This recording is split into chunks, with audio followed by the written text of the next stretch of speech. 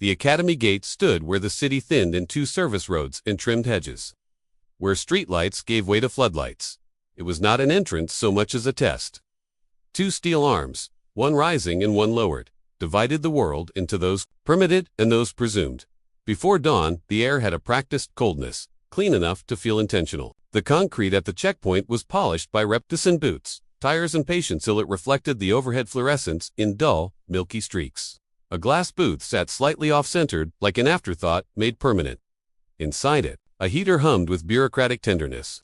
Outside, the cold did not hum. It waited. The officer on duty had been taught to read the morning, the way a clerk reads a form. Identify, approve, deny, repeat. His uniform was pressed so sharply it seemed stitched to his posture. Even at rest he stood as if someone had drawn a straight line through his spine and dared him to bend. His gloved hands were black and snug, engineered for grip and for distance, a second skin that made every touch feel like policy. He had an ID badge clipped to his chest, small and rectangular, catching the light whenever he shifted. The badge swung slightly when he breathed, a faint pendulum measuring time in official increments. The badge did not say who he was. It said what he was. It said he belonged. A few yards away, another badge clipped rested, unseen, in a woman's pocket, pressed flat against fabric like a secret that refused to announce itself too early. She came on foot along the narrow sidewalk that ended at the checkpoint, as if the planners had assumed no one would arrive without a car. Her steps were quiet. Her shoes were plain black leather, low heel, the kind chosen for endurance rather than statement. The sound they made against the concrete was not loud enough to be called a presence, but it cut cleanly through the morning. Each step a measured insistence. A leather folder was tucked beneath her arm, not a briefcase, not a bag slung carelessly over a shoulder. The folder was thin, precise, and worn in the way of something used often but never abused. It held papers that did not need to be defended by bulk. Papers had their own gravity. Her coat was dark, her hair gathered neatly, her face composed the way people learn to compose their faces when they know the world is always taking notes. No jewelry that begged for attention. No perfume that announced itself. Even her stillness was deliberate, as if she had decided long ago. That emotion should not be offered as evidence. The officer watched her approach with the expression of someone who believed the world's order was maintained by his ability to notice. The floodlights above him turned the skin around, his eyes pale, giving his stare a sterile brightness. In the glass of the booth, his reflection doubled. One man, and then another, two versions of authority facing the same direction. She slowed at the boundary where the sidewalk met the painted line on the ground. The line was fresh, thick, institutional white. It was not there to guide cars. It was there to tell Bodies where to stop. "Ma'am," his voice cut through the cold with practiced flatness. "This is Academy property." She looked at him. The way you look at a lock you intend to open without anger, without apology, acknowledging its function. "I know." 2 words. No softness added. No explanation volunteered. The restraint in her tone was not politeness. It was discipline. His gaze flicked to her hands. The folder? No visible badge. No lanyard. No uniform. In his mind, the absence of those objects was the presence of a problem. Training did not teach nuance. Training taught patterns. He had learned to associate legitimacy with plastic rectangles and printed logos. With the right kind of posture, with the right kind of confidence performed in the right way. He stepped forward half a pace, letting his boots strike the concrete louder than necessary. A small dominance, delivered in sound. "Who are you here to see?" he asked. She let the question sit, not because she didn't understand it, but because she understood it too well. It was not a request for information. It was an inspection, disguised as courtesy. "I'm expected," she said. The officer's jaw tightened. The glove on his right hand flexed, leather creasing like a warning. Behind him, the barrier arm remained down, stubborn in its mechanical certainty. The booth's fluorescent light vibrated faintly, a low electrical buzz that made silence feel engineered rather than natural. Expected by who? He pressed dot. She did not shift her weight. She did not glance away. The folder remained tucked under her arm as if it were part of her body. The command staff. That phrase command staff should have ended the exchange. It should have triggered a procedure. It should have been enough to at least earn her a phone call, a confirmation, a minimal professional respect. But systems do not run on what should happen. They run on what usually happens. The officer's eyes narrowed, and the narrowing did not come from careful thinking. It came from disbelief, sharpened into suspicion. In the cold, his breath showed briefly. Little clouds of authority. "Command staff doesn't expect walk-ins," he said. You need to leave the perimeter. The perimeter. A word used for buildings, for threats, for things that had to be kept out. His choice of language drew a circle around her without touching her. He didn't have to call her anything. The system would do it for him. The system had already taught him what kind of person arrived on foot at dawn, carrying a folder instead of a badge displayed like a passport. She took in the gate, the barrier arm, the floodlights. She listened to the hum of the booth, the faint click of the heater cycling on and off. She listened to the space itself, its deliberate cold, its deliberate brightness, its deliberate message. Comply first, then speak. Her expression did not change, but something hardened behind it, like a muscle tightening beneath skin. I'm not leaving, she said. The words landed without volume. They did not need it. They were clear enough to be dangerous in a place built on compliance. The officer's posture shifted. Not much. My degree. But the degree mattered. His shoulders squared as if the air had suddenly demanded a different shape from him. One gloved hand moved toward his belt, not to draw a weapon, not yet, but to remind himself where force lived. You are trespassing, he said, the phrase delivered as if he were reading it from a laminated card. I'm giving you a lawful order. Step back. There were cameras above them. Small black domes mounted under the eaves of the gate structure, blinking red, watching everything with the indifferent patience of machines. Cameras did not prevent harm. They collected it. She looked up, briefly, at one of them. The red light did not blink in sympathy. It blinked because it was built to blink. When she looked back at him, her eyes were steady. There was no plea there, no flinch. Call your supervisor, she said. It was the first time she had offered him a path that would preserve his dignity. It was a door left slightly open. He heard it not as a compromise, but as a challenge. The suggestion that he needed oversight felt, to him, like an attack on his authority. His training had told him, maintain control. Do not permit uncertainty. A supervisor call would mean paperwork, questions, the possibility that he had misunderstood something. It would mean admitting that his judgment might not be enough. The system had made his pride a tool and called it professionalism. You don't tell me how to do my job, he said. Silence followed. Not empty silence. Weighted silence, thick as a closed door. The kind of silence that arrives when two people understand they are no longer negotiating the same reality. A car passed on the distant road, headlights sliding across the trees like a brief glance that refused to stop. Somewhere deeper inside the academy grounds, a sprinkler system clicked on for a moment and then off, watering disciplined grass. The institution cared for its surfaces. The officer stepped closer, now inside the space where personal boundaries became relevant. The air between them narrowed. The fluorescent light above threw his shadow across her shoes. The shadow tried to claim her feet, tried to place her inside his narrative. Last warning, he said. The woman did not move. Not backward, not forward. She held herself as if she had been taught by years of careful survival that movement could be interpreted as surrender, and stillness could be interpreted as provocation. Either way, the interpretation would not belong to her. The officer's gloved hand rose. Not quickly, not in a flash of temper, but with the measured certainty of a ritual. In that slow lift, there was something almost ceremonial, as if he believed the gesture had been authorized by the building behind him. By the fence, by the portraits on the walls he could not see from here but still served.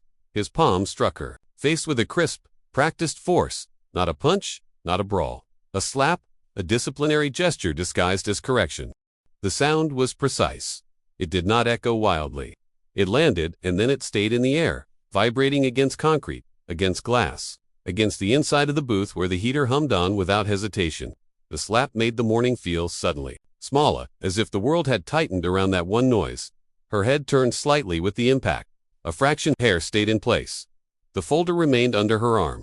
Her body absorbed the force, the way a wall absorbs weather. There was no collapse to satisfy him, no stumble to confirm his authority.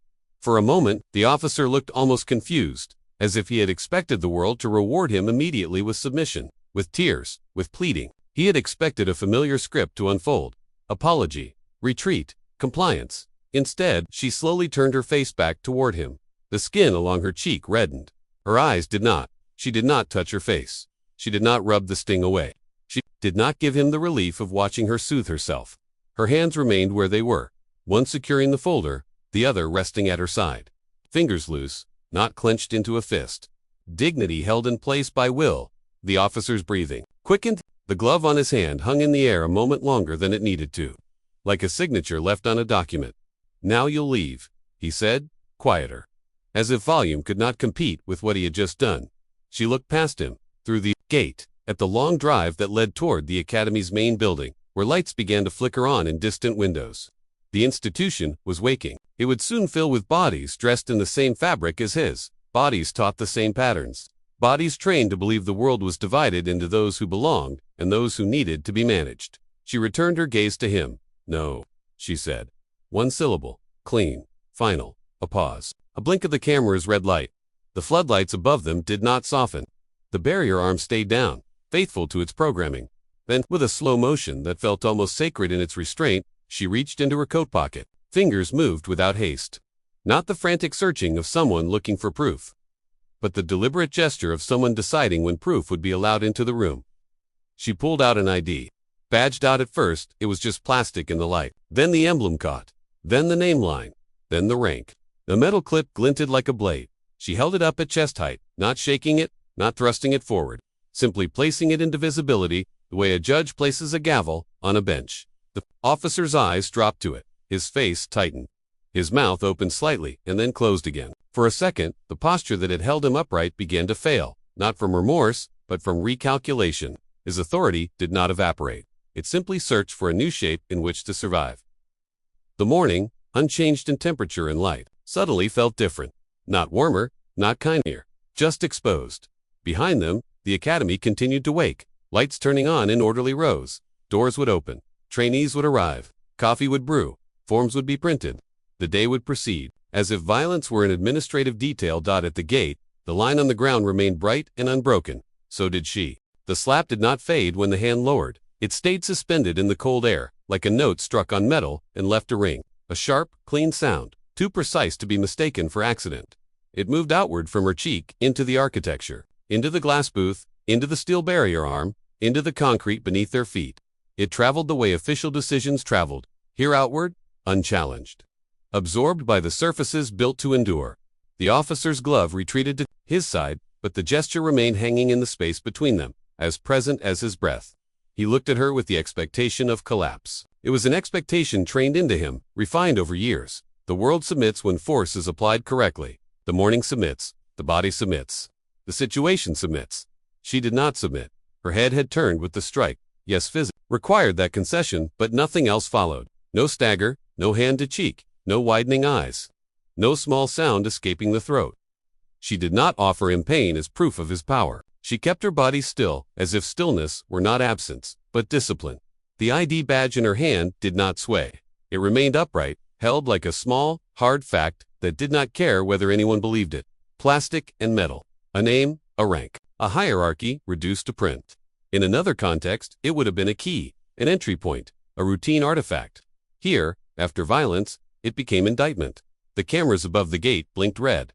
Blink, blink, blink, blink. Each blink was a statement.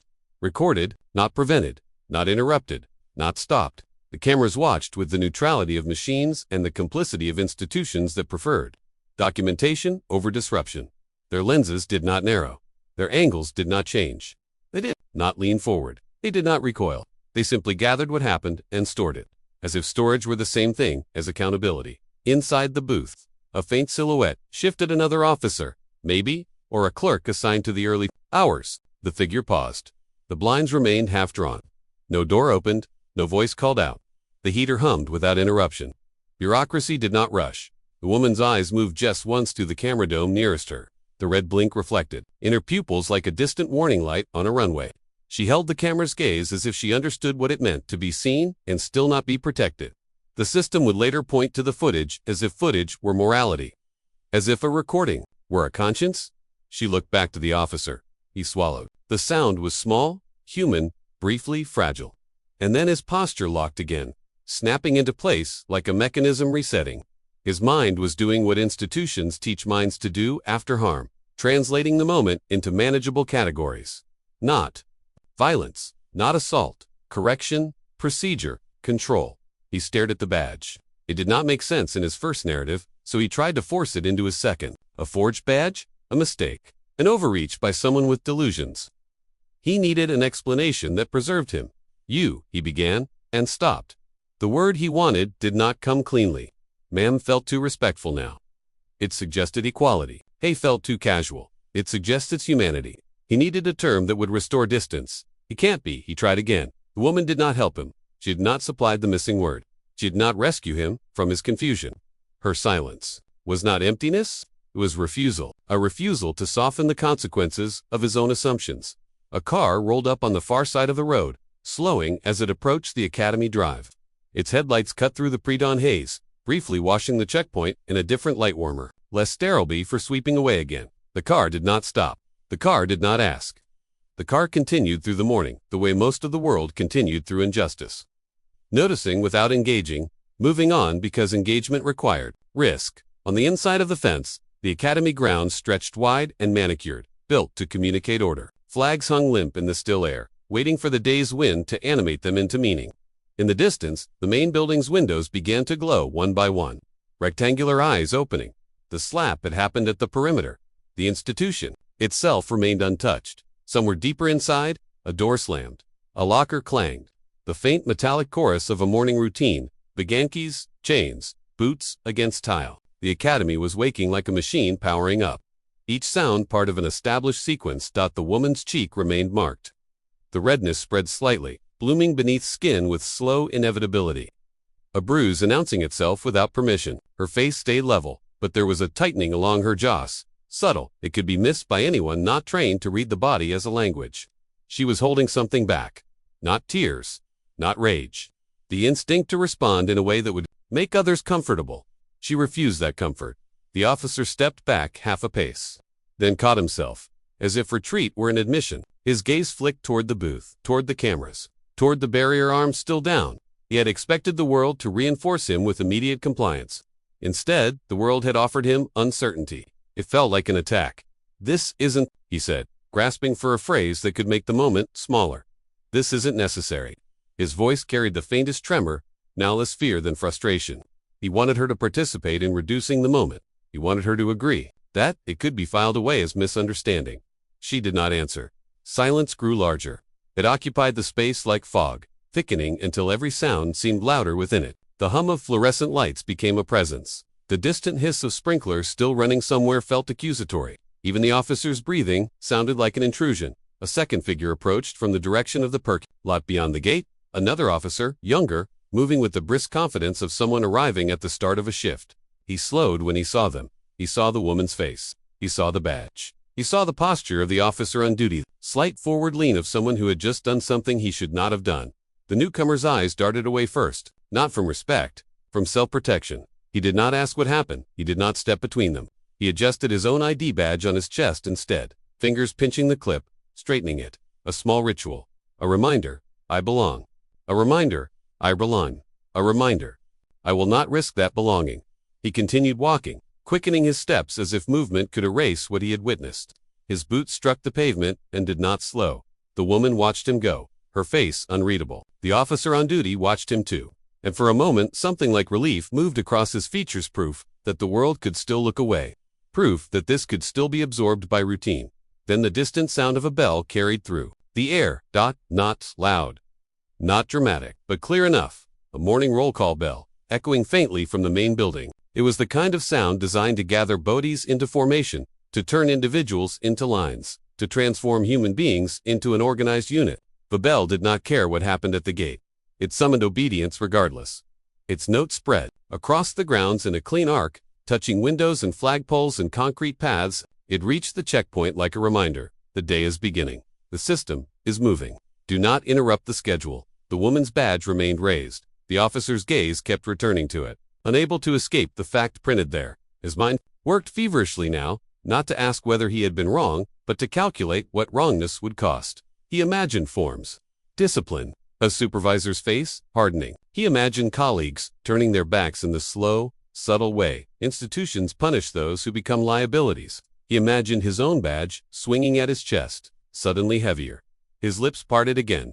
He wanted to apologize. Or he wanted to perform apology. There was a difference, and both were visible in the hesitation. "I didn't know," he said finally. The words fell flat. They did not strike the air with force. They did not undo anything. They were not remorse. They were defense. "I didn't know meant. I would not have done it if I had known you mattered." It was a confession without intention. A moral failure distilled into a single sentence. The woman's eyes stayed on him. She let the statement remain. What it was? She did not soften it. She did not reframe it. She did not offer him an escape route with forgiveness. After a long moment, she spoke not in anger, not in triumph, but with a controlled steadiness that made every syllable feel like a document being stamped. "You didn't need to know?" she said. That was all. Her voice did not rise. It did not shake. It did not plead for understanding. It simply placed the truth on the ground between them, solid and unavoidable. The right to be unharmed should not depend on rank. Dignity should not require proof. The officer stared as if he had been struck a second time, this one without a hand. This sentence rewrote the moment in a way he could not manage.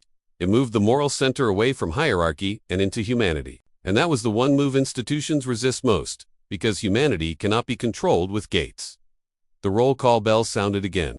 Shorter this time, like impatience. The academy's main doors opened in the distance.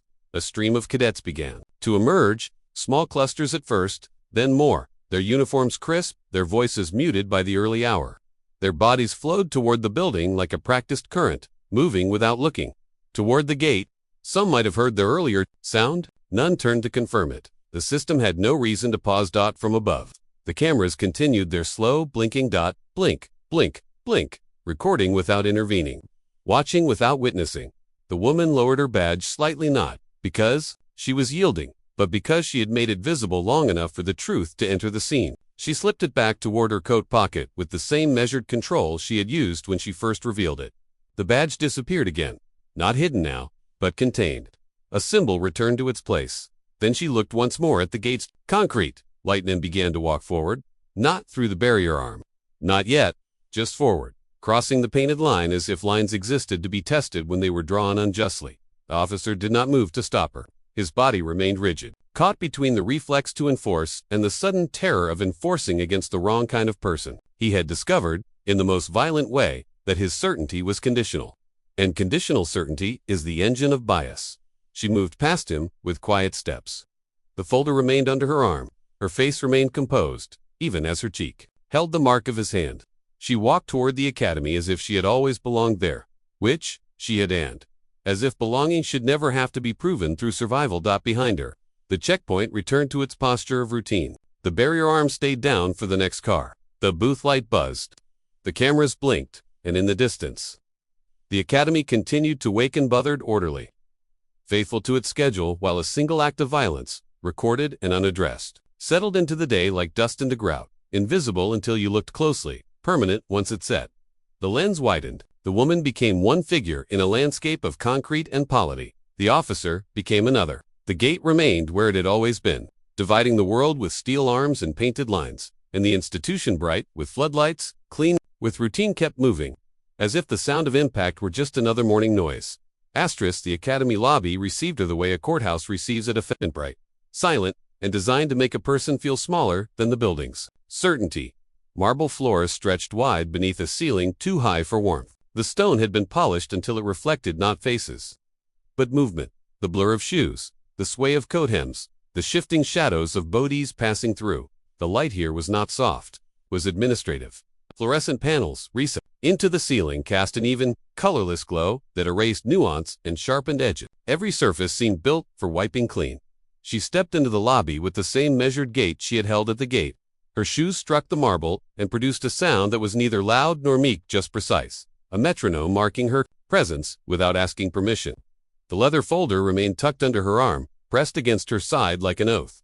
Behind her, the gate officer followed at a distance of several steps, as if proximity might contaminate him. His boots, heavier and louder, struggled to find a rhythm that did not betray urgency. The slap had not been repeated, but it had multiplied. It now lived in the space between them, in the air and in his throat, in the rigid angle of his shoulders. He kept his eyes forward, though forward offered no refuge. The building itself was watching. Framed portraits lined the walls, former commanders in stiff uniforms, shoulders squared, medals pinned like punctuation. Their faces were arranged in a gallery of sanctioned authority. Most of them were white. Most of them wore the same expression, controlled confidence, an inherited right to occupy space. Each portrait was lit from above by a small brass sconce that made the glass gleam in narrow streaks. The men looked down on the lobby as if it were theirs, still, as if time had merely filed them into frames rather than removing them from power. She walked beneath their gaze without looking up. At the reception desk, a civilian clerk sat behind. a pane of glass that was meant to be transparent but behaved like a barrier. A small opening at the bottom allowed documents to pass through like evidence. The clerk glanced up, eyes moving first to the woman's face, lingering, involuntary, catching on the faint redness blooming along her cheek, then to the officer behind her, and finally to the folder. "Can I help you?" the clerk asked, voice pitched into professional neutrality. The woman placed the folder gently on the marble counter, not tossed, not slammed. The movement was deliberate, almost ceremonial. Her hand withdrew, leaving the folder as a quiet object in a loud system. "I'm here to see the command staff," she said. The clerk's fingers hovered over a keyboard. Her gaze flicked again to the officer behind. A question formed in the clerk's posture, in the small tension of her shoulders. "Why is she with you?" The officer did not answer it. He stood stiffly, eyes fixed somewhere above the clerk's head as if he were afraid to meet anyone's direct gaze. "Do you have an appointment?" the clerk asked. The question was routine. It was also a gate, smaller, but built on the same blueprint as the steel one outside. The woman reached slowly into her coat pocket. The gesture changed the air. It was not the movement itself. Anyone could reach into a pocket, but the intention behind it. She did not fumble. She did not search. Her fingers found exactly what they needed. When she pulled out the ID badge, it emerged cleanly into the lobby's bright light, like a blade drawn from a sheath. The badge was heavier here, under fluorescent panels and portrait eyes. It caught the light and sent it back without apology. The rank insignia at the top was unmistakable. The clerk leaned forward instinctively. The glass between them seemed subtly insufficient, as if official truth might crack it. The clerk's eyes widened, and then her mouth tightened into a line shot, quickly rearranging itself into respect. "Commander," the clerk whispered, the title slipping out before the name did, as if hierarchy demanded to be acknowledged first. The woman held the badge steady, not lifting it triumphantly, not angling it for drama. She simply offered it to the world, letting the world do what it always did when confronted with rank: adjust. Behind her, the officer's breath caught. The sound was subtle, but it was their small intake that betrayed the moment his reality shifted. He stepped forward half a pace, without intending to. His eyes locked on the badge as if it might rearrange itself into something less catastrophic. The clerk's hands moved quickly now, too quickly. She straightened in her chair as if posture could undo what had just been revealed. Her fingers clicked against the keyboard with sudden urgency, opening systems, finding names, making calls. The lobby's calm began to fracture into motion. "Yes, of course," the clerk said, voice suddenly warmer, higher, deferential. "One moment, Commander, one moment." The word commander echoed faintly against the marble. It struck the portraits on the walls and bounced back, an insult and a correction in the same sound. The framed faces remained impassive, but the space beneath them shifted. The building did not change, but the way people inhabited it did. The officer remained behind her, frozen. His gloved hands hovered near his belt, as if still unsure what to do with themselves. The gloves looked different here in the lobbies, lightless, professional, more crude. A symbol of enforcement dragged into a room meant for administration. His eyes moved to her cheek, finally, and then away again. He could not bear to look at what he had done when it was attached to someone who mattered. Conscience had not stopped him at the gate. Only hierarchy had stopped him now. The clerk lifted the phone receiver and spoke in a voice that tried to sound calm but carried the tremor of panic beneath it. "Sir, she's here." "Yes, Commander. Amina Clark is in the lobby." The name hung for a moment, clean and unadorned. It did not ask for permission to exist here. It did not plead for acceptance. It simply declared itself. The officer flinched at the name the way some men flinch at an unexpected sound. Not because it was loud, but because it confirmed what he had been trying to deny. The badge was not forged. The posture was not bluff. The woman at the gate was not an interruption. She was the authority he had been trained to obey. He had struck her anyway. His throat tightened. His face drained of color. His eyes darted to the portraits again, as if searching for guidance from the men frozen in frames. The portraits offered none. Their silence felt like judgment.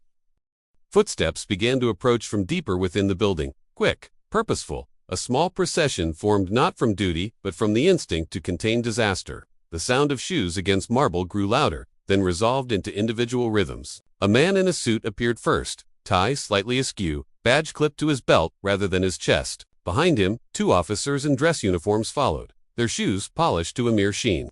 Their faces were composed in the way people compose themselves when they are about to perform institutional concern. "Commander Clark," the suited man said, stepping into the lobby with his hands slightly raised. Palms out, a gesture meant to signal openness. meant to suggest innocence. Welcome, we there. Must have been some confusion. Confusion. The first attempt at minimizing. The first linguistic softening. A slap turned into confusion, the way water turned into steam. Same substance, different visibility. The woman did not smile. She did not nod. She did not offer him the relief of her participation. She held her folder again, sliding it smoothly back under her arm. The badge remained visible now, clipped neatly to her coat lapel. Authority made legible. One of the uniformed officers behind the suited man glanced at her cheek and then immediately looked down at his own shoes. Another adjusted his cap, even though it did not need adjusting. Small gestures of avoidance. Small rituals of the body always knew when the system was lying. The gate officer stepped forward finally, as if pulled by obligation rather than choice. His mouth opened. Words came out, rushed and brittle. Cometa. He swallowed hard. I didn't. No, I'm sorry. The apology landed in the lobby, like a form dropped on a desk. Not tender, not human. It was a procedural offering, the kind made when consequences arrive, not when harm is done. His shoulders were still squared. But now, the squareness looked like desperation. The suited man seized on the apology like a lifeline. Yes, he said quickly. We're addressing it. Immediately. This is not reflective of our standards. The woman's eyes moved slowly across their faces. Clerk, suited, administrator, uniformed officers, gate officer taken in the choreography of concern. She watched the way they positioned their bodies, close enough to appear supportive, far enough to avoid implication. Their shoes stopped short of her path, leaving her a narrow corridor of space, as if even now they were hesitant to fully meet her. They did not block her. They did not guide her. They hovered. The air in the lobby felt thinner, as if the building itself had inhaled and was waiting to see what she would do. Before exhaling again, she said nothing. Silence did what words could not. It forced them to stand inside the moment without escape. It prevented them from converting violence into narrative. It refused them the comfort of resolution. The suited man cleared his throat. The sound was too loud in the marble room. Commander, he tried again, softer now. Please, we can discuss this in private. Private. Another gate. Another attempt to move harm out of sight. To protect the institution from the consequences of visibility, the woman's gaze remained level. Her cheek still carried the mark. Her cheek still caught the light. She did not speak. She did not need to. Her silence was a verdict, forming slowly. The portraits on the walls watched without changing expression. The marble floor reflected the cluster of bodies gathered around her like a distorted mirror, for authority bending around itself to accommodate what it had tried to exclude. Outside.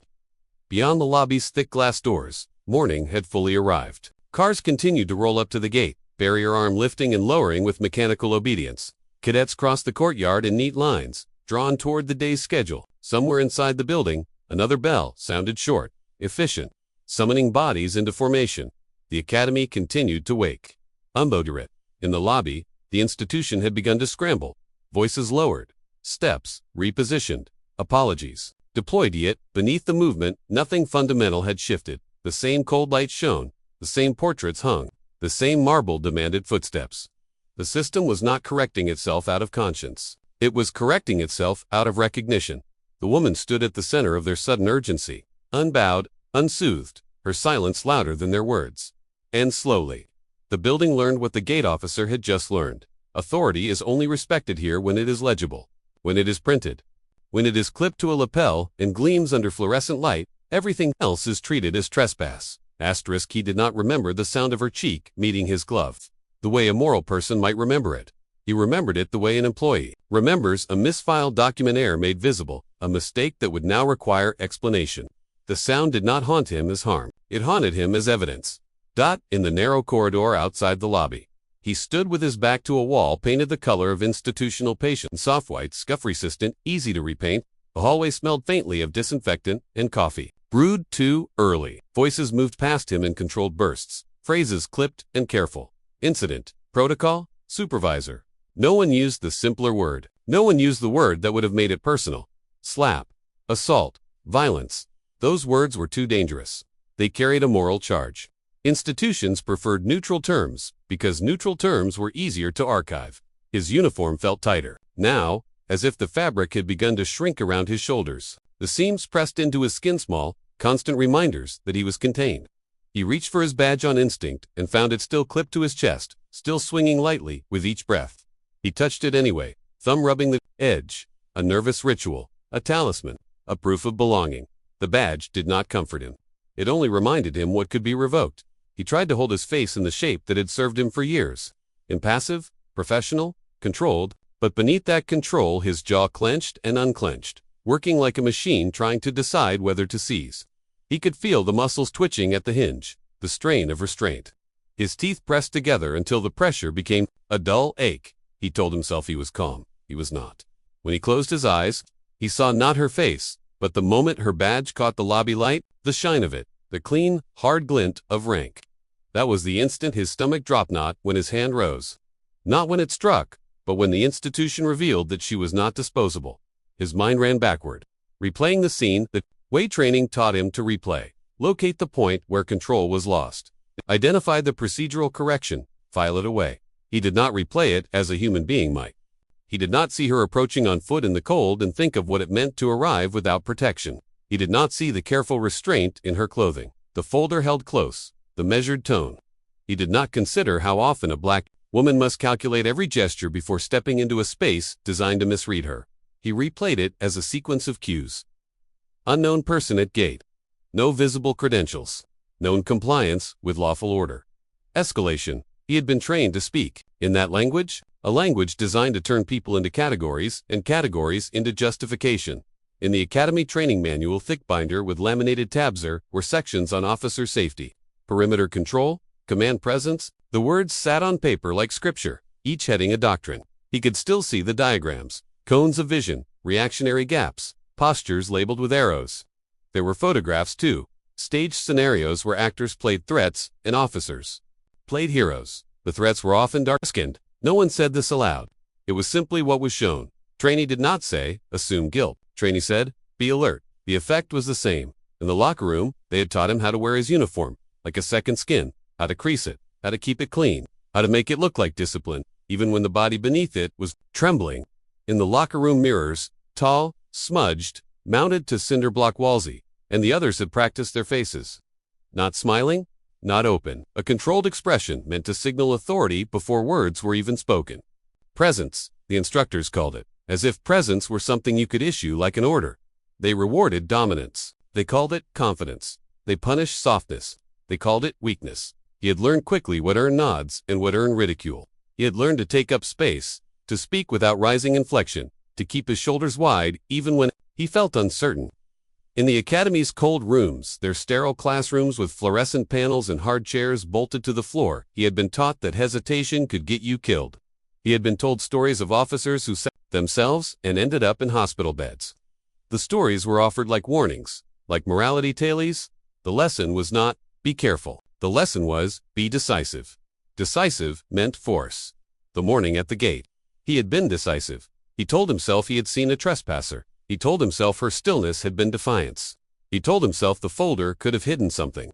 He told himself 1,000 small lies that sounded like policy. And then, underneath all of it, the real thought sat like a stone in his gut. If she hadn't been a commander, I'd be fine. That was the truth he could not name out loud. The truth that made his stomach twist, not with remorse, but with the sickening awareness of how the system actually worked. He had not been taught to protect people. He had been taught to protect the institution's version of order. The institution's order required some bodies to be questioned and other bodies to be waved through. He leaned his head back against the wall. The paint was slightly tacky beneath his hair, cheap and utilitarian. He stared at the ceiling tiles, at the grid pattern that held them, at the vents that breathed conditioned air like the building itself was exhaling control. Everything above him was structured. Even the ceiling was disciplined. A pair of officers walked past, her footsteps slowed when they saw him, then resumed quickly. Their eyes touched him only briefly, just long enough to register that he was radioactive now. They did not speak. Their silence was not neutrality. It was an instinctive distancing, a communal act of self-preservation. He wanted them to say something, a joke, a reassurance, a line that would translate this into the familiar locker room language of mistakes and bad luck. No. One offered him that comfort. A superior's voice echoed from somewhere down the hall, sharp with urgency, talking about containment and optics. Optics. He heard the word clearly. It landed harder than the slap had landed on her face, because it confirmed what mattered to the institution. Not harm, but visibility. He imagined the footage, the red blinking cameras, the way the angle would capture his raised arm, the movement of his glove, the turn of her head. He imagined the clip being paused, replayed, annotated. He imagined his face, his own face, becoming something other people discussed. A symbol, a villain, a liability. The thought made his throat tighten. He did not imagine her pain. He imagined his consequences. He pictured the disciplinary hearing room, wood-paneled, flags in corners, microphones like small black insects waiting to feed. He had seen others called in. He had watched careers tightened like nooses with paperwork and polite voices. He had watched men walk out with their shoulders still squared but their eyes hollow. He had never imagined himself in that chair. His hands curled into fists at his sides. Gloves creaked softly as leather strained. The sound was small, but it carried his panic. He forced his hands to open again, fingers spreading as if releasing something. The movement was not calming. It was desperate. He wanted to go back and undo it. Not because it was wrong, because it had been costly. Inside him, the system's logic kept trying to assert itself. You didn't know? You were doing your job. She should have shown her badge sooner. She provoked it by not complying. The phrases formed in his mind, the way memorized prayers form in times of fear. They were not truth. They were insulation. He thought of the moment, she said. You didn't need to know. The sentence had cut through everything. It had stripped away the institution's favorite defense, ignorance. It had forced the moral question into the open. Where it could not be managed by rank, his jaw clenched again. He hated that sentence because it was clean, because it was true, because it made his training look like what it was. Conditioning. He pushed off the wall and started walking toward the locker room. Not because he needed to change, but because he needed the mirror. He needed to see his own face, to practice the expression that would serve him next. He needed to find the version of himself that looked like a man who had made a mistake, not a man who had done exactly what he had been trained to do. In the locker room, fluorescent lights buzzed overhead. Rows of metal lockers stood like silent witnesses. The air smelled of sweat embedded in fabric and disinfectant sprayed over it. The mirrors were long and unforgiving, their edges chipped, their surfaces smudged with fingerprints and the faint residue of men adjusting their collars, their caps, their stories. He stood before the mirror and looked at himself. His uniform seams were straight, his badge gleamed, his face was pale under the light, eyes slightly bloodshot from the adrenaline that had nowhere to go. His jaw was set so hard, it distorted the shape of his mouth. He lifted a hand and adjusted his collar, pulling it into perfect alignment. A ritual, a correction, a gesture that said, I'm still in control. In the mirror, he practiced the apology again. He moved his lips silently, testing the shape of the words. I didn't know. I'm sorry. It won't happen again. He watched how his eyes looked when he said them, searching for a version of regret that seemed believable. What he found instead was fear. Fear of losing the uniform. Fear of losing the badge. Fear of being cast out of the institution that had taught him to confuse dominance with safety. He stared at his reflection until it stopped looking like a person and started looking like a role. Outside the locker room, the academy continued its morning rhythm. Cadets formed lines. Orders were given. Doors opened and shut. The roll call bell rang again, summoning Bodhi's into obedience. The system moved forward without pausing for a single bruise. And in the mirror, the officer stood, rehearsing his innocence, not realizing, perhaps never realizing, that the most frightening part of the morning was not that he had slapped a commander, it was that he had done it so easily and the institution had let him. Her office was not large, but it was positioned like a verdict. It sat on the second floor at the end of a corridor that narrowed slightly as it approached, as if the building wanted whoever walked toward it to feel the weight of distance. The walls were the same institutional, off-white as the rest of the academy, but the light changed here. The fluorescent panels were fewer. The air felt cooler, less human, more controlled. The doors along the hallway were numbered and labeled with neat black lettering: training, discipline, records, each one a compartment for a function, each one a reminder that the institution was built of boxers. At the end, a brass plaque was mounted beside a door of dark wood. The plaque was new enough to shine. Commander Amina Sialarkis was sharp, clean, and unforgiving. They did not carry emotion. They carried authority, made legible by metal and screws. She stopped in front of the door for a moment, longer than necessary, not hesitating, measuring, listening. The corridor behind her held the faint echo of footsteps and voices. But here, at the threshold, sound thinned.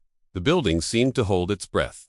Even the hum of ventilation felt muted, as if the institution understood that this room would now be watched differently. She opened the door. Inside, the office was sparse in the way of spaces meant to project seriousness. A wide desk sat centered like an altar, its surface bare, except for a black phone, a thin computer monitor, and a leather blotter placed with geometric precision. 2 chairs faced the desk, upholstered in stiff fabric that discouraged comfort. A tall window behind the desk looked out over the academy grounds flagpole courtyard, the gate barely visible in the distance. The glass was clean. The view was controlled. There were no personal items, no photographs, no soft corners. The room had been prepared for a commander, not for her.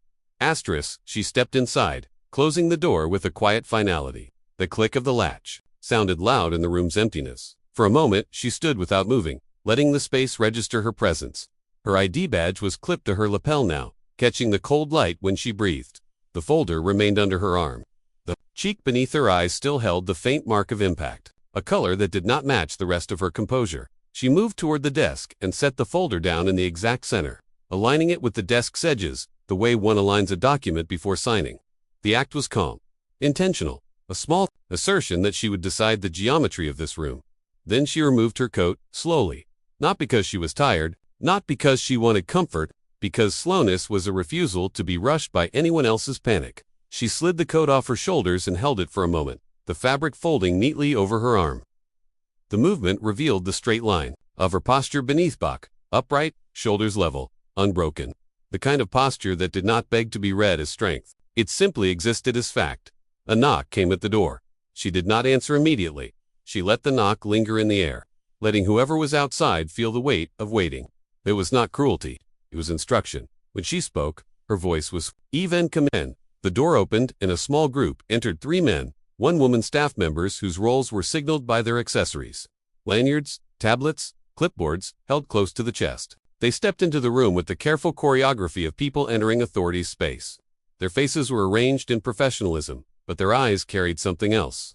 Calculation, curiosity, the reflexive scanning that happens when the institution receives a new figure it did not build itself to contain. "Commander Clark," the woman in front said, offering a smile that was practiced to the point of hollowness. "Welcome. We're honored to have you." The others nodded in unison, a small synchronized gesture. Shoes stopped short of the desks, leaving a respectful distance. Respect, here, measured in inches. The woman held a folder of her own, thick with forms. One of the men carried a coffee cup on a small tray, as if hospitality could soften whatever sharpness lay beneath the surface. The coffee was placed on the corner of the desk. The cup was white, the lid tight. Steam rose faintly and then disappeared. Into the cold air, it was an offering. It was also an expectation. Accept this, and you accept the script. Commander Clark looked at the cup and did not touch it. Silence settled. The staff waited for her to speak first, as if her voice would decide what kind of day this would be. Their posture was attentive, but their attention had an Aegean uncertainty that betrayed the truth. They were not sure what authority looked like when it wore her face. She moved behind the desk, but did not sit.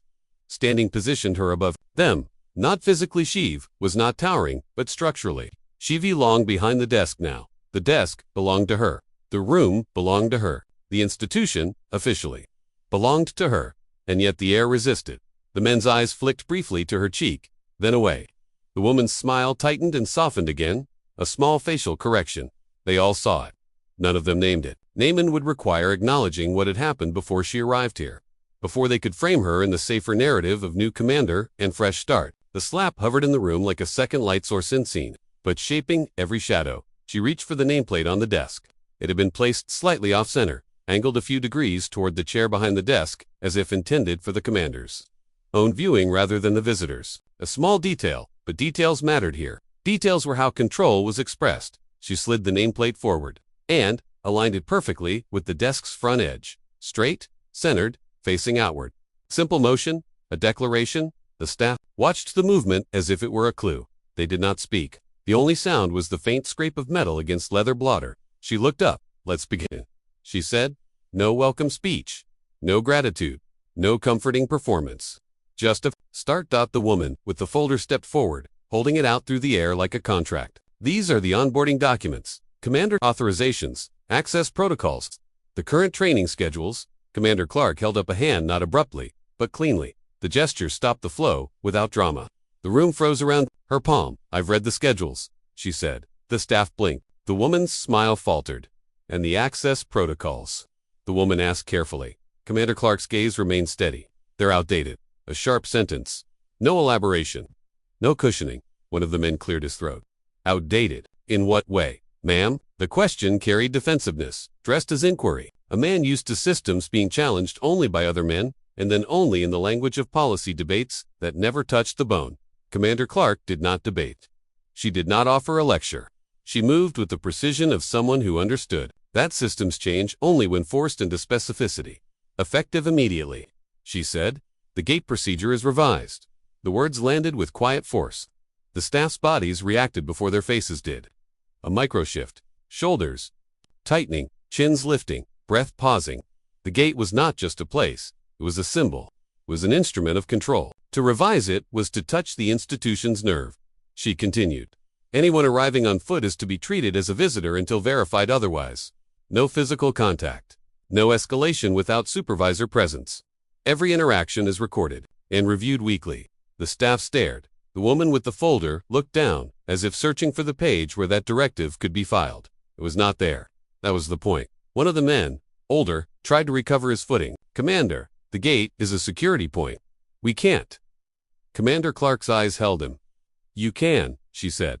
2 words again. The same economy. The same finality. Silence returned, heavier now. Silence was no longer avoidance. It was recognition that her authority was not performative. It did not ask for approval. An issue to Riallo. She gestured toward the coffee cup, not touching it, just acknowledging its presence. Who brought this?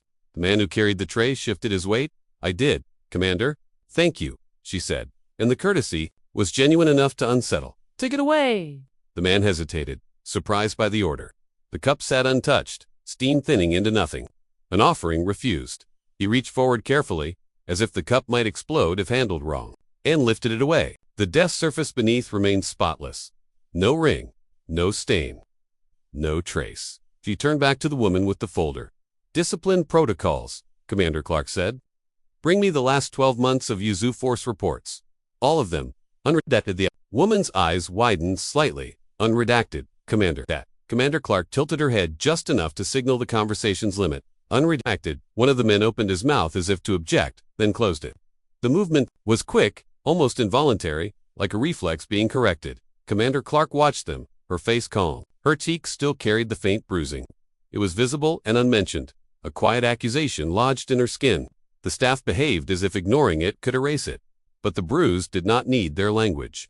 It spoke through presence alone, moved around the desk, walking toward the window. The staff instinctively turned to follow her with their eyes, but did not move their feet. Their shoes remained planted, stopped short of her path. Respect, again, measured in distance. And also, fear. Do not step too close. Do not cross into her orbit until you understand what kind of gravity she carries. She looked out at the courtyard. Cadets moved in lines below, small figures in uniform. The flag still hung limp. The gate was a thin shape in the distance, barely visible, but she knew it was there. She could feel it as if it had left a mark on the building itself. Without turning back, she spoke. I will not mention what happened this morning, she said. The staff stiffened. But you will not forget it, she continued. You will not bury it, and you will not protect it. Her words were quiet, but they carried the chill of law. When she turned, her gaze was direct, not hostile, not pleading. Simply clear. Your job, she said, is to make sure the Academy never confuses control with authority again. No one responded, no one dared. The silence that followed was not empty. It was the sound of a system recalibrating, gears grinding against new constraints. The staff held their rehearsed respect like armor, but behind it they were exposed forced to confront the fact that the new commander did not need their approval, and would not accept their comfort. Commander Clark walked back to the desk, and sat down for the first time. The chair did not creak. Even the furniture here had been chosen to keep quiet. She placed her hands on the desk, palms down, fingers relaxed. A posture of containment, a posture of control. Outside her window, the Academy continued to run its morning schedule, lines forming and dissolving, bells ringing, doors opening and closing. The machine moved forward as it always had. But inside the commander's office, the alignment of a nameplate and the refusal of a cup of coffee had already begun to shift the institution's center of gravity. Small gestures, precise directives. The bruise, unspoken, permeating everything, and beyond the window. The gate remained where it had always been, steel arm rising and lowering, unaware that the person it had struck now sat inside the building that gave it power. Asterisk. The report began as most reports began, with a template. A file opened on a government-issued desktop in a room that smelled of toner and stale coffee. A cursor blinked in the first field like a pulse that did not belong to any living thing. Someone typed the date. Someone typed the time. Someone selected a category from a drop-down menu. Not assault, not battery, not use of force. The closest available language was safe, administrative, and broad enough to swallow anything. Misconduct, minor procedurlv. Word minor sat there like a door quietly closing. In the professional standards office, the fluorescent light was harsher than elsewhere in the building, a surgical brightness that made skin look gray and paper look unforgivingly white. Filing cabinets lined the walls, tall and identical, with labels typed in all caps. The cabinets held years of reports, complaints, grievances, investigations sealed into metal drawers that slid shut with a final, dull thud. The room was designed to process wrongdoing, not to feel it. A clock ticked above the door. The ticking was steady, not loud, not dramatic, just consistent enough to remind everyone that time was passing, whether justice arrived or not. At one desk, a lieutenant leaned forward, elbows planted, tie loosened slightly, as if the day had already demanded too much theater. His eyes scanned the incident notes taken from the gate officer's statement. The notes were thin. A few lines, a careful absence of emotion. The narrative had already begun to shape itself around the officer's needs. "Keep it clean," the lieutenant said, voice low. No loaded language. Across from him, a civilian analyst nodded, fingers poised above the keyboard. So, physical contact occurred. The lieutenant exhaled through his nose, a sound that might have been laughter in another life. Physical contact occurred, as if two bodies had bumped in a hallway, as if the slap were weather. The analyst typed. The cursor blinked and then moved forward. Obedient. It was determined that physical contact occurred during an interaction at the academy gate. No actor, no subject. No hand, no cheat. The sentence floated free of responsibility, like smoke. The lieutenant watched the words appear and felt relieved. This was how the institution protected itself, by turning actions into abstractions, by smoothing sharp edges into rounded phrases that could be filed away without cutting anyone who handled them. Add unintentional escalation, he said, and emphasized that the officer believed he was enforcing protocol. The analyst typed again. An unintentional escalation occurred while Officer Daniel Mercer believed he was enforcing established access protocols. Believed, enforcing protocols. The language was a shield built from passive voice and professional concern. It did not deny what happened. It simply transformed it into something that could be managed. A redaction stamp lay near the keyboard, its inkpad open like a small wound. A stack of forms waited beside it, each one already pre-approved by their existence. Paper was piled in neat columns, each stack aligned with the desk edges, order imposed on chaos. A ritual of control. Someone printed the first draft. The printer whirred softly, spitting out pages that looked authoritative simply because they were formatted correctly. The lieutenant took the warm sheets and read them quickly, eyes moving not for truth, but for risk. He found none. Not because none existed, because they had edited it out. The phrase slap did not appear. The phrase black woman did not appear. The commander's name appeared only once, tucked into the involved parties section, like an administrative detail. Her rank was listed correctly, but the sentence around it did not change shape. The report treated her authority as a label, not as a moral earthquake. The lieutenant nodded with satisfaction. "Good," he said. "Now root it up. Make sure it gets to the commander with a cover note." The cover note was written in the same language, respectful, careful, designed to shape her response before she made it. "Commander Clark, please find attached the preliminary incident report regarding this morning's gate interaction. We regret any inconvenience and remain committed to maintaining professional standards. Regret. Inconvenience. Professional standards." A bruise translated into inconvenience. The report traveled through the building in a manila envelope, passed from hand to hand as if it were radioactive. People touched it only long enough to move it forward. It slid across desks. It was tucked into inboxes. It was carried down hallways. Shoes stopped short of doors. Voices lowered when it entered a room. The academy had many rituals. This was one of them, the ritual of containment. By mid-morning, it reached Commander Clark's office. The envelope was placed on her desk beside a perfectly aligned stack of other documents, training schedules, budget summaries, staff roster. The envelope looked ordinary. It was not. Her assistant, a young sergeant with a careful face and a careful voice, set it down with two hands as if handling something fragile. "Ma'am," he said quietly. "Professional standards forwarded. This." Commander Clark's eyes moved to the envelope. She did not reach for it immediately. She let it sit there, like a test of patience, like a weight. The sergeant stood at attention, waiting for instruction. His posture rigid with the anxiety of proximity to something he did not know how to name? The clock on her wall ticked. She glanced at it once, then back to the envelope. The ticking was the only sound in the room for a long moment. The window behind her showed the courtyard, cadets moving in formation, the day proceeding with disciplined indifference. She broke the silence without raising her voice. "Thank you," she said. The sergeant hesitated. He was trained to leave quickly, to vanish when authority didn't require him, but he lingered a fraction too long, eyes flicking to her cheek and away again. He wanted to ask. He wanted to show concern. He wanted, perhaps, to be human, but the building had trained him too. He left. The door clicked shut. Commander Clark opened the envelope. The sound of paper sliding free was soft, but in the stillness it felt loud. She unfolded the pages carefully, smoothing them once with her palm. The gesture was unhurried, almost tender, not toward the report, but toward the act of reading. She gave it her full attention, the way a judge gives attention to a case. The way someone listens when they know truth is about to be turned into something else. Her eyes moved across the page, line by line. She read the headings, the times, the classifications. She read the sentence where physical contact occurred. She read the phrase, unintentional escalation. She read the way responsibility dissolved into grammar. She read the absence of her own cheek. She read the absence of the officer's hand. She read the way the report treated violence as a technical deviation rather than a moral act. She did not react outwardly. No tightening of her mouth, no shake of her head, no audible breath. But the room changed anyway. The air thickened. The light felt colder. The ticking clock grew sharper, each beat sounding like a small hammer striking a nail deeper into wood. When she reached the end, she placed the pages back on the desk and aligned them with the edge, perfectly straight. Then she lifted her gaze.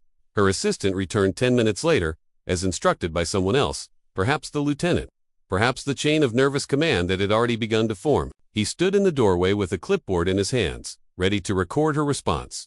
"Ma'am," he said softly.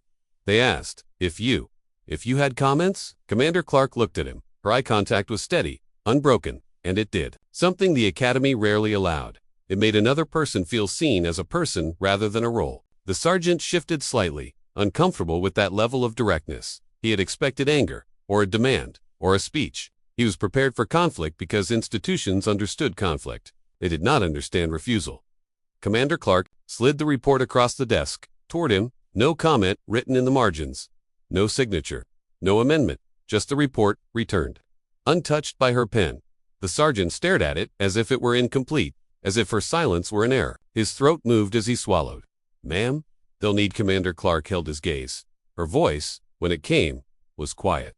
"They have what they wrote.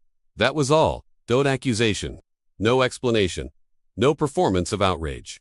Just a sentence that made the institution's language bounce back onto itself." The sergeant nodded, uncertain, and took the pages with both hands. He backed out of the room, the way people back out of a space they do not fully understand, careful not to turn their backs on power. When the door closed, Commander Clark remained seated, hands resting on the desk, palms down. Outside her office, the report moved again, now heavier, now less safe. It entered the professional standards office like a returning bird that refused to be caged. The lieutenant read it again, then looked up, confused by the absence of reaction. "She didn't sin?" someone asked. "No," the lieutenant said, jaw tightening. "No notes, no comments." The analyst frowned. "Maybe she didn't read it." "She read it," the lieutenant snapped, and his certainty came not from evidence, but from fear. He imagined her, eyes moving over every line, her silence exposing every softness they had built into the text. He imagined the report as a shield held up, only to realize the shield was transparent. The clock ticked above the door. Time passed. The institution grew uneasy. Not because it suddenly discovered guilt, but because the script had failed. They had expected outrage that could be managed, apologies that could be exchanged, a reconciliation that would allow everyone to return to routine. They had expected her to participate in the familiar ritual. Injury acknowledged, institution remorseful, order restored. Instead, she had offered them something more dangerous than anger. She had offered them silence. Silence that refused their vocabulary. Silence that refused their softening. Silence that refused to let the slap become misconduct and nothing more. Silence that forced the building to sit with its own language and recognize it for what it was. A method of RASURE. In the corridors, people spoke her name more carefully now. In offices, phones rang and were answered in lower tones. The report sat on desks, and then was moved, and then sat again, handled like a hot object. Lines were redacted and unredacted and redacted again, as if editing could produce morality, but no revision could change the central fact. The commander had not accepted the institution's version of the story. The academy continued its day bell ringing, cadets drilling, paperwork flowing while inside its administrative arteries. A single returned report slowed the blood. The ticking clock kept its rhythm. And somewhere, in a metal cabinet, thousands of old reports waited in silence, stacked like sediment, each one proof that the institution knew how to document wrongdoing. The question was whether it knew how to stop it. Asterisk. The hearing room was built to make truth behave. It sat on the academy's third floor, behind a double door with frosted glass, panes that blurred whoever waited on the other side into vague shapes. The hallway outside was carpeted on. Intentional softness meant to dampen footsteps, to quiet urgency, to make even conflict arrive politely. A brass placard beside the door announced the room's function in block letters that carried no shame. Disciplinary, hearing CHMBER inside. The air smelled of varnish and paper left too long in closed drawers. The walls were paneled in dark wood, polished to a sheen that reflected light the way old institutions reflected blame, faintly, selectively. Flags stood in the corner state, federal departmental fabric hanging inert without wind. There, fold still as if even patriotism had been instructed to remain quiet. Chairs filled the center of the room in neat rows, all bolted to the floor. It was a practical choice, sold as safety, but it spoke more honestly as control. Bodies could enter this space, but they could not rearrange it. The room would keep its geometry no matter what was said inside it. At the front, a long table faced. There rose 3 seats behind it, a panel, a tribunal, a small court of the institution's own making. Each seat had a microphone-thin black stem rising from a weighted base, waiting, like a question that would not stop asking until it got the answer it preferred. The microphones were turned on long before anyone spoke. A small red light glowed. At the base of each one, steady and indifferent, recording. Always recording. On the table, oath cards lay stacked in perfect alignment. Thick cardstock, crisp edges, printed language promising truth. As if truth were a pledge rather than a practice. As if signing could make sincerity. The clock on the far wall ticked with the same measured certainty as a one in professional standards. It was not loud, but the room's quiet made it impossible to ignore. Each tick marked the institution's patience and its threat. We will outlast your emotion. Officer Daniel Mercer sat at a smaller table to the left, positioned slightly behind the main line of sight. The placement mattered. It suggested secondary. It also suggested protected. He wore his dress uniform, pressed so sharply it looked painful. His badge shone under the overhead lights. His gloves were gone. Bare hands rested on his knees, fingers clasped tightly, knuckles pale. His jaw worked once, a subtle clench and release. As if chewing on words he did not believe. Beside him sat a union representative in a suit that fit too comfortably, the fabric carrying the ease of a man who had rehearsed this scene many times. A legal pad rested on the representative's lap, pen poised. The representative leaned in close and murmured something, a final instruction, a final script adjustment. Keep it short, the representative whispered. Stick to protocol, don't improvise. Mercer nodded without looking at him. Across the room, Commander Amina Clark sat alone at a table on the right. No representative, no advisor, leaned into her ear. She did not need a buffer. Her uniform was simple and immaculate, the insignia on her collar catching the light without seeming to chase it. Her badge was clipped high on her chest. It did not swing when she breathed. It stayed still, anchored, as if even the object understood the discipline expected of it. Her cheek was faintly bruised, no longer bright red, but a deeper shade beneath the skin, a quiet stain that refused to fade. On schedule. It was visible in the room's overhead light, visible to every eye that dared to look, and yet no one named it. The institution preferred injuries it could describe without imagery. The panel entered from a side door, 3 people in uniform. Ranks visible, faces composed in official neutrality. They took their seats behind the long table. Their movements were synchronized, practiced. They adjusted their microphones. They aligned their papers. One of them, a captain with graying hair and a careful mouth, cleared his throat into the microphone, testing it. The sound filled the room with amplified authority. Proceedings are now in session, the captain said, voice calm, almost bored. This disciplinary hearing concerns the conduct of Officer Daniel Mercer during an interaction at the Academy Gate on January 10th. January 10th. The date made it concrete. The captain's tone made it small. He glanced down at the file. In front of him, the pages were thick, clipped together, heavy with administrative certainty. He flipped to the first section and began reading into the microphone. Allegation: misconduct. Specifically, inappropriate physical contact and failure to follow de-escalation protocol. Inappropriate physical contact. Still no hand. Still no cheek. Still no slap. Mercer stared straight ahead, shoulders squared, face set in the expression he had practiced in the locker room mirror. Regret shaped like professionalism. His hands remained clasped, tight enough that his knuckles shone. The captain's eyes lifted. Officer Mercer, do you understand the allegations? Mercer's voice, when it came, was quiet but steady. Because it had been coached into steadiness? Yes, sir. Do you wish to make a statement? Mercer glanced briefly at the union representative. The representative gave a nearly imperceptible nod. Mercer's jaw clenched once more. Then he spoke. I want to acknowledge that my actions at the gate did not meet Academy standards, he said. The sentence was clean, rehearsed, scrubbed of personality. I believed I was enforcing access protocol. I recognize now that I should have requested supervisor verification. I regret the escalation. Regret the escalation. Not regret. The harm. The language stayed inside the safety of policy. The captain nodded as if satisfied. The panel members made small notes on paper, pens moving in short strokes. The sound of ink scratching was faint but present, like insects in dry leaves. And do you wish to apologize to Commander Clark? The captain asked. The room tightened. This was the expected pivot, the ritual of reconciliation, the moment where the institution could declare itself restored through performance. Apology offered, apology accepted, harm converted into closure. Mercer turned his head slightly toward Commander Clark. His eyes did not meet hers at first. They hovered near her shoulder, near the badge, near the rank. Then, with effort, he lifted them to her face. Commander, he said, I'm sorry for what happened. I didn't know who you were. It won't happen again. The sentence landed in the room like a final form filed correctly.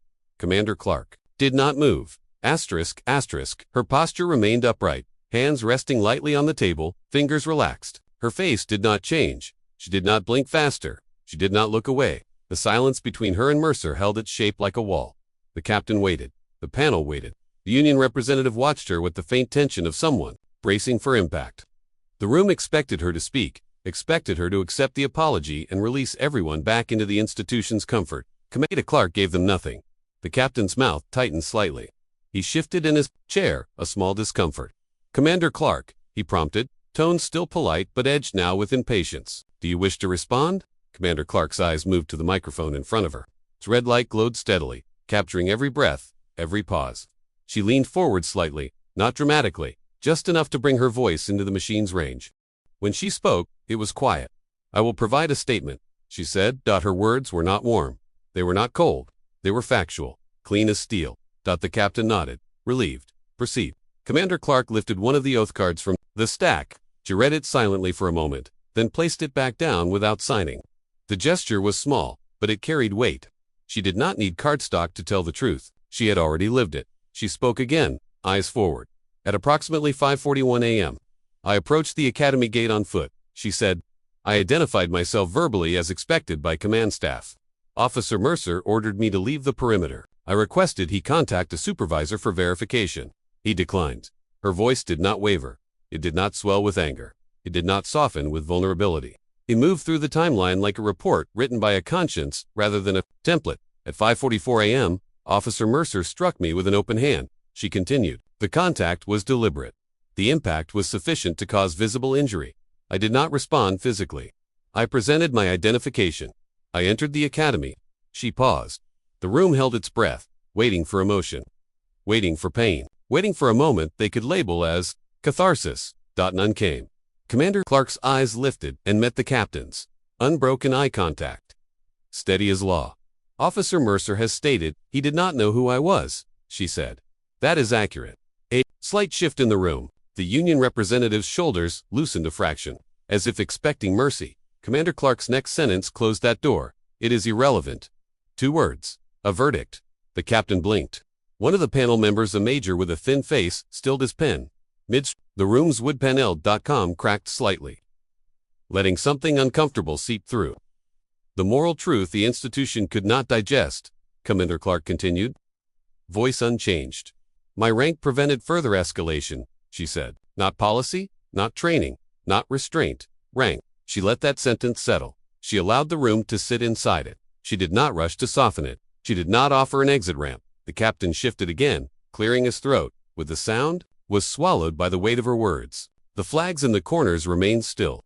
The microphones, red lights remained steady. Recording, always recording. Commander Clark's gaze moved briefly toward Mercer. Not hostile, not forgiving. Simply direct. Officer Mercer's conduct was predictable, she said. It reflects the Academy's current operational instincts. Predictable. Not exceptional. Not an outlier.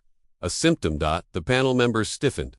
The institution disliked being named. The institution preferred individual blame because individual blame was containable. Systemic blame threatened the architecture. The captain's tone tightened. Commander Clark, the hearing concerns Officer Mercer's conduct. Commander Clark did not argue. She did not raise her voice. She did not smile. I am addressing his conduct, she said. And its source. Silence followed. This silence was different from the silence at the gate, different from the silence after the reports. This silence was not refusal. It was confrontation. The captain looked down at his file as if paper could save him. The major resumed writing, pen scratching harder. Now the third panel member, a lieutenant colonel with rigid posture, stared at Commander Clark without blinking, as if trying to will her into the softer narrative. The room wanted reconciliation. The room wanted a clean ending. The room wanted to close the file and return to routine. What it received was truth without comfort. After a long moment, the captain spoke, voice carefully neutral again. Thank you, Commander. Officer Mercer, do you have any further remarks? Mercer's throat moved as he swallowed. He glanced at his union representative, then back to the panel. He did not look at Commander Clark. No, sir, he said. The captain nodded. The panel will deliberate. A gavel did not strike. The room did not need one. The chairs were bolted down. The flags were still. The microphones kept recording. Control did not require drama here. Control lived in structure. Commander Clark rose from her chair with smooth precision. Mercer rose too, slower, as if his body were heavier now. They did not approach each other. They did not exchange words. They did not offer the institution its desired image. Apology accepted. Harmony restored. Commander Clark walked toward the door. Her shoes sounded cleanly against the floor. Each step a measured statement. Staff and officers in the room shifted slightly to make space, but their shoes stopped short of her path, leaving a corridor of distance around her, as if proximity might force them to feel what they were trying not to feel. At the doorway, she paused, not to look back, not to gloat, not to plead, just a pause, a moment of stillness that widened the lens beyond the hearing room, beyond the panel, beyond Mercer's rehearsed regret. The institution would process this hearing as it processed everything, into paperwork, into policy, revisions, into public statements if necessary. It would try to turn moral clarity into administrative procedure. Outside the chamber, the Academy's day continued. Cadets marched. Commands were shouted. Doors opened and shut. Instructors taught. Bells rang. The system kept moving. Inside the hearing room, the microphone's red lights remained on, recording the absence of comfort, recording the presence of truth. And somewhere in the building's bones behind, wood paneling, beneath marble, within the ducts that carried conditioned air, an old certainty began to fracture. That reconciliation could be demanded, that harm could be softened into language, that dignity could be negotiated. Commander Clark walked out into the corridors, dampened quiet, leaving the hearing room to sit with what it had tried to manage. A single bruise, a single truth, a system forced, for once, to hear itself. The story left the building the way smoke leaves a closed room through cracks. A cadet saw the bruise before roll call and said nothing, but his eyes widened and then he looked away. An administrator overheard the word hearing spoken in a corridor and repeated it over lunch with a careful shrug. A clerk in professional standards copied the report to the wrong printer and watched the pages slide out, warm and damning, into a tray anyone could reach. By afternoon, the event had become rumor. By evening, it had become a narrative. The institution did what institutions always did when their violence escaped containment. It reached for language. A public affairs officer drafted a statement on letterhead that felt heavier than truth. The Academy is aware of an incident that occurred at the front gate, involving an officer and a member of staff. The matter is under internal review. The Academy remains committed to professionalism and community trust. An incident, a member of staff. Internal review. Community trust. Words chosen not to reveal, but to cover. The statement was released at 6:17 p.m. The time stump mattered to the institution. It suggests a control. It suggests that they were ahead of the story. They were not. Outside the Academy's perimeter, cameras gathered like carrion birds. News vans lined the access road, their satellite dishes angled toward the sky like bent antennae, searching for signal. Portable lights were set up on tripods, bright enough to turn dusk into interrogation. The beams cut across the gate and washed the concrete in a harsh white glare that made everything look guilty. Reporters stood in clusters, microphones in hand, breath visible in the cold evening air. Their voices rose and fell in rehearsed urgency. Sources say, unconfirmed reports. Allegations of excessive force. The story was spoken. Aloud before it was known. It was shaped before it was verified. Speculation filled the space where facts were being withheld. The cameras pointed at the gate, at the barrier arm lifting and lowering, at the academy crest mounted on stone. They filmed the building as if it were a face that might reveal emotion. The building revealed nothing. Inside, the academy doors remained locked. Behind the glass, staff moved quickly through lobbies and hallways, avoiding windows the way people avoid mirrors when they do not want to see themselves. Curtains were drawn in offices that had never needed privacy before.